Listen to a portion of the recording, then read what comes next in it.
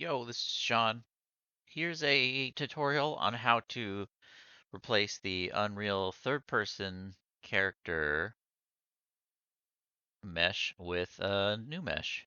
So whenever you download Unreal's engine, you can start a new project, and it gives you an option for generic third person.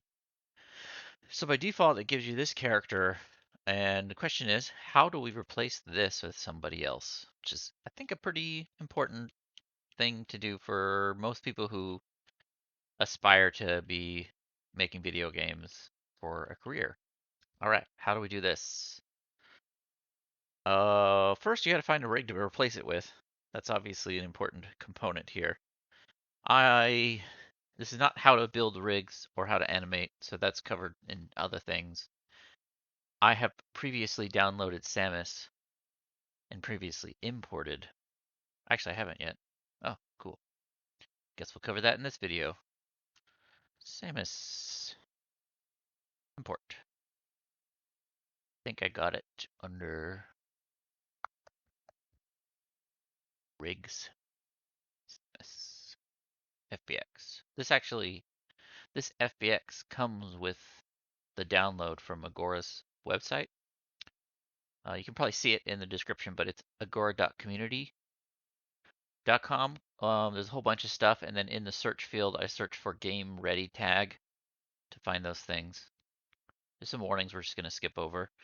Usually in production, you want to be really careful not to see those warnings, but if you're just learning, I wouldn't sweat the warnings too much unless what you're trying to do isn't working.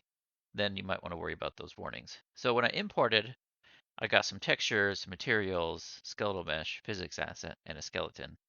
Skeletons and skeletal meshes are kind of interchangeable. I just double clicked on the skeletal mesh, and so I have the skeleton, which is essentially all this stuff. Show bones, all hierarchy. The skeleton is the actual joints itself, but it almost never, in a skeletal mesh, you almost always come with the actual mesh. So these are the settings for the mesh. Those are two separate assets that you have to save. You need some anims. Uh, I'm not going to cover generating anims and exporting them through Maya, but I have previously done two simple tests. Is it here? Obviously, it's a good idea to try and remember where you save that stuff, because I don't remember where I put it now.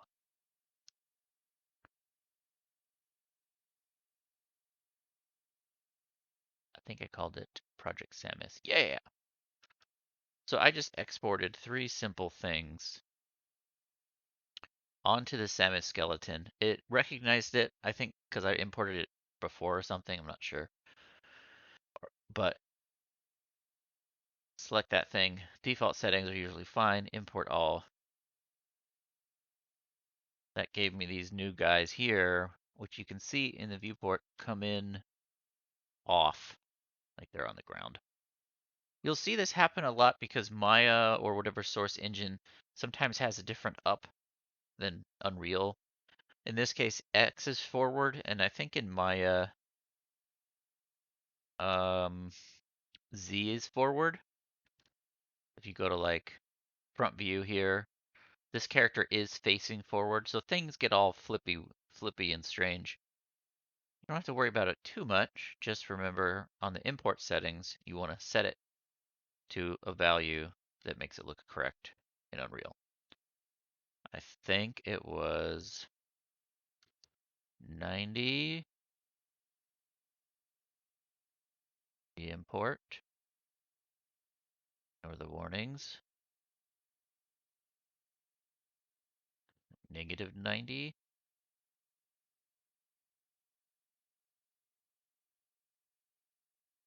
Oh yeah, so X forward, that's important, usually. So we're gonna go 90, negative 90, re-import. You can set it just the one time if you know the numbers ahead of time on the import, and it'll just auto apply. But there's just 3 anims, so it's not a big deal in this case.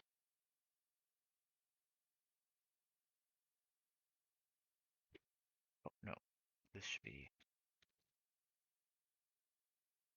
Oh, whoops, I did re-import base mesh. This is the skeletal mesh. Uh-oh. Oh, I wonder if that would work. Anyway, it might work. I haven't actually tested that.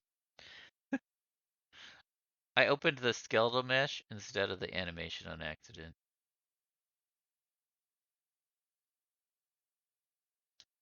I like having a T-pose for debug reasons when I'm working. That's why I have a T-pose.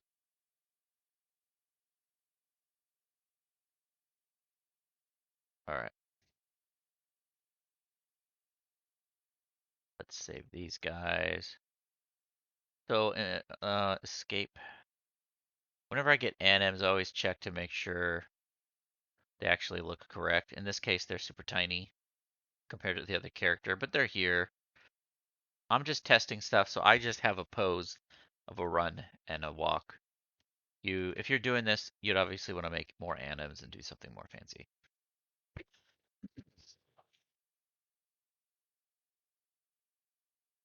Okay, so we got some anims in. Now we want to go to the character and replace some stuff. So how do I find that character? Start the game, press F8, then I can select, it kind of pops the controls off. I can select the character, I can hit Control B, finds it in the browser. That's where that asset is. Over here, click Mesh. Might be a good idea to cancel this. Find Quinn. That's Quinn. Let's replace Quinn with Samus. Bobine. And then now we need what's called a animation blueprint to put right here. I'm going to find Samus, right click, create animation blueprint.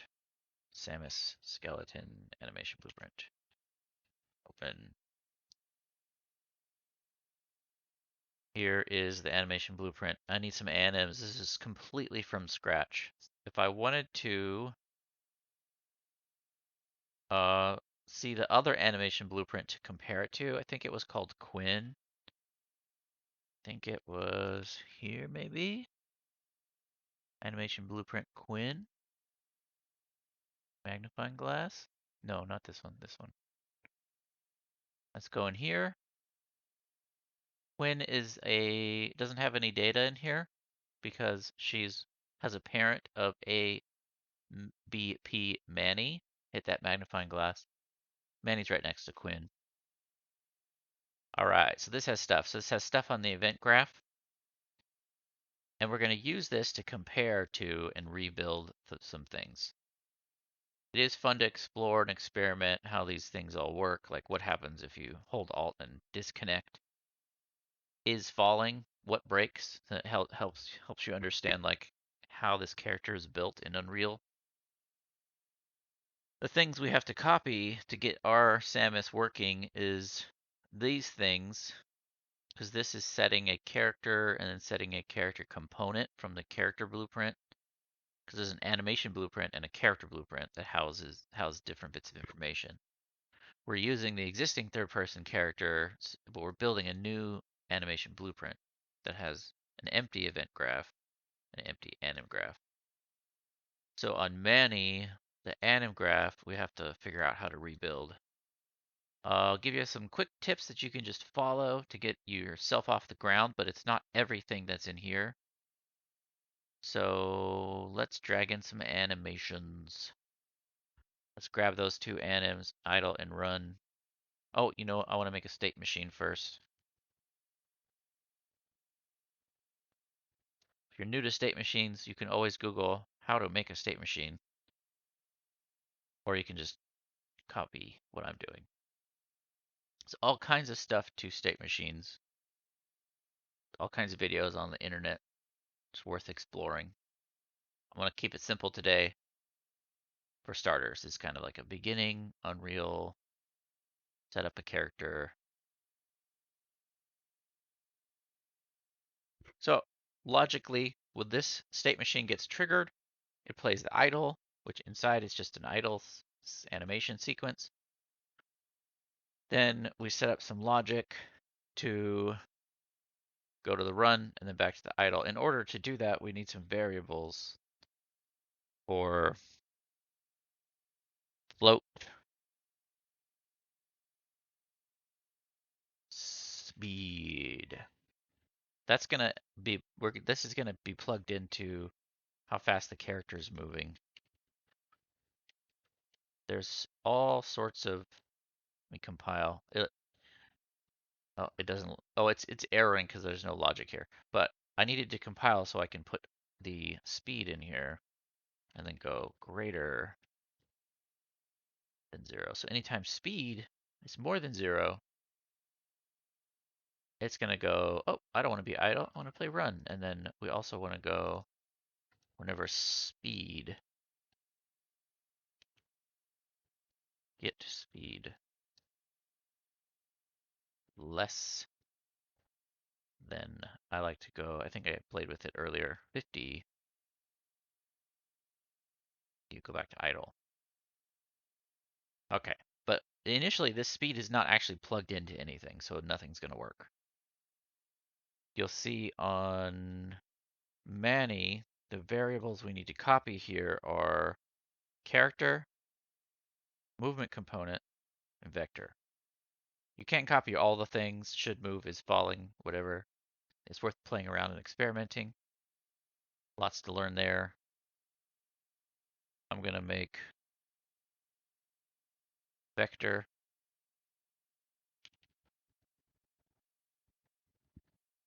vector, character,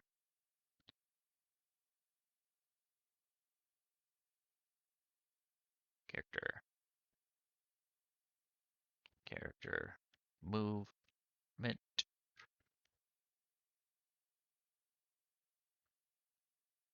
ah, character, movement, compile, save. All right. How do we plug in that speed? Let's see. Atom graph. I think this is all we need to do for here. This is where we have to start copying some stuff. Some of these things I remember from doing it twice before, but as you're working, I recommend just comparing to what's already been done and just sort of copying it. Some things you can copy and paste, but you want to be super careful and Unreal about copying and paste stuff. It's better to rebuild. Okay, so what's all happening over here? The character is the character blueprint that sort of is the character itself. And what's happening in the, I'm gonna close Quinn so I stop clicking on her.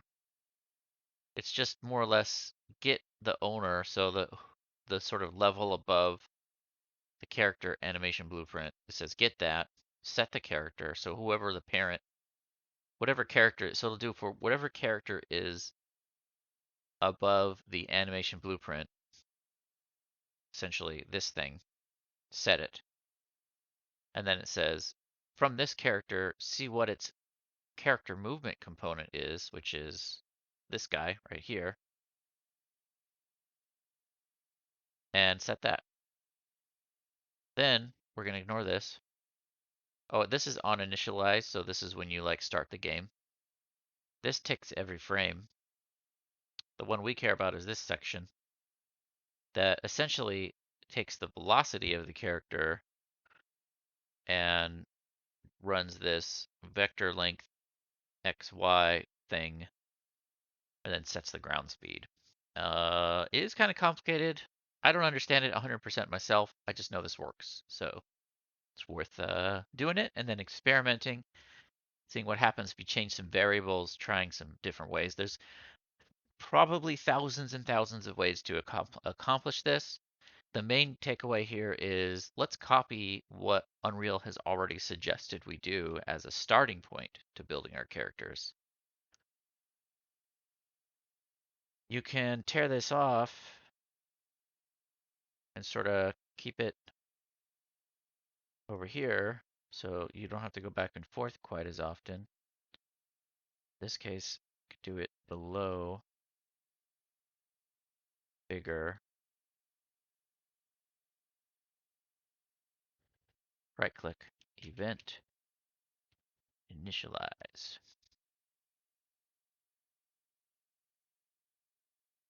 Cast to character. Get owning actor. Some things you can copy and paste. It's a little sketchy. It's always safer to build it yourself. So if it's not a huge amount of work,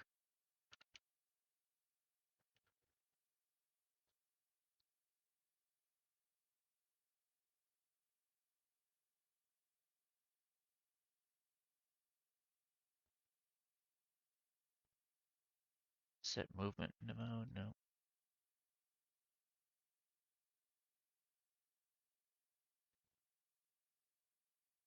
It's not that one. This did work the other day.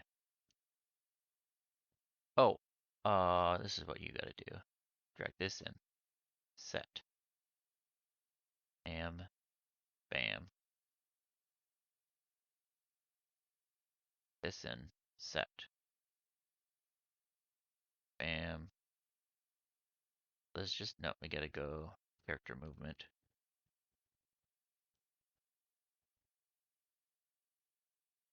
This is pulling the data from whatever is set right here. All right, so that sets these values so then you can use them. So basically, when you load this, it sets these values for you. Then you can use them on anim update, which is this stuff. How do we do this? Velocity. I think movement component is first.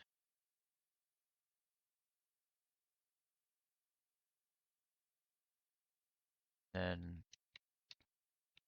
velocity. I think it gets a little tricky here. There's a couple of gotchas on this one. If you do the get velocity off of character movement, it will plug in like this. But if you just type in get velocity, oh, I guess with no space. Nope. Spelled it wrong.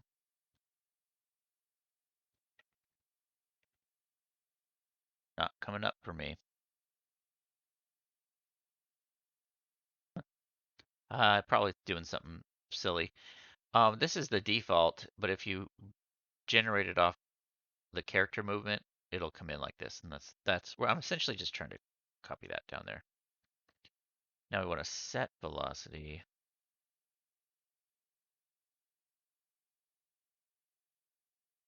Plug that in there from the character movement.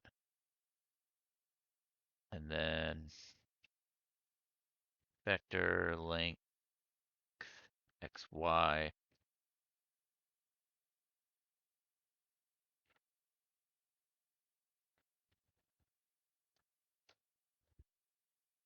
I am definitely not an expert enough at this system to like do this from scratch. But I do know enough to copy what someone else did.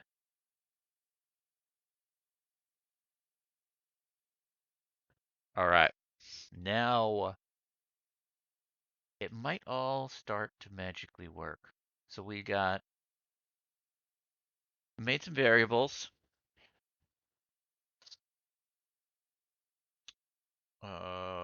Setting a character, cast a character, setting character movement,